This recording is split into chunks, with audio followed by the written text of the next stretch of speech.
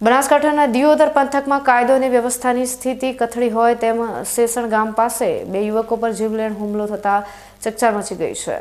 અંગત અદાવતનો ખાર રાખીને કરવામાં આવેલા આ હુમલા બાદ સમગ્ર વિસ્તારમાં ભયનો માહોલ જોવા મળી રહ્યો છે।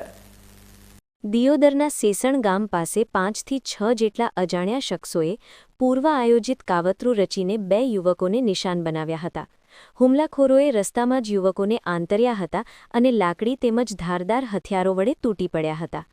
આ હિંસક હુમલામાં લાલખાન બલોચ નામના યુવકને માથાના ભાગે અત્યંત ગંભીર ઈજાઓ પહોંચી છે, જેના કારણે તેને તાત્કાલિક લોહીલુહાણ હાલતમાં સારવાર અર્થે નજીકની હોસ્પિટલ ખસેડવામાં આવ્યો છે।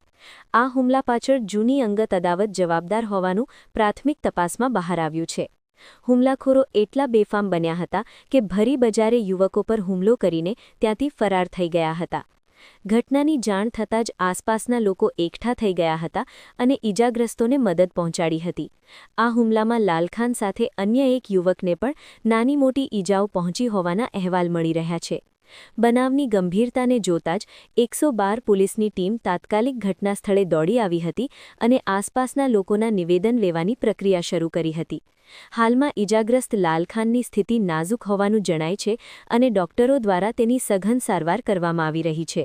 ભરબજારે થયેલા આ હુમલાએ પોલીસના પેટ્રોલિંગ અને સુરક્ષા સામે અનેક સવાલો ઊભા કર્યા છે। હાલ પોલીસ દ્વારા હુમલાખોરોને પકડી પાડવા માટે ચક્રો ગતિમાન કરવામાં આવ્યા છે અને ગામમાં કોઈ અનિચ્છનીય બનાવ ન બને તે માટે તકેદારી રાખવામાં આવી રહી છે।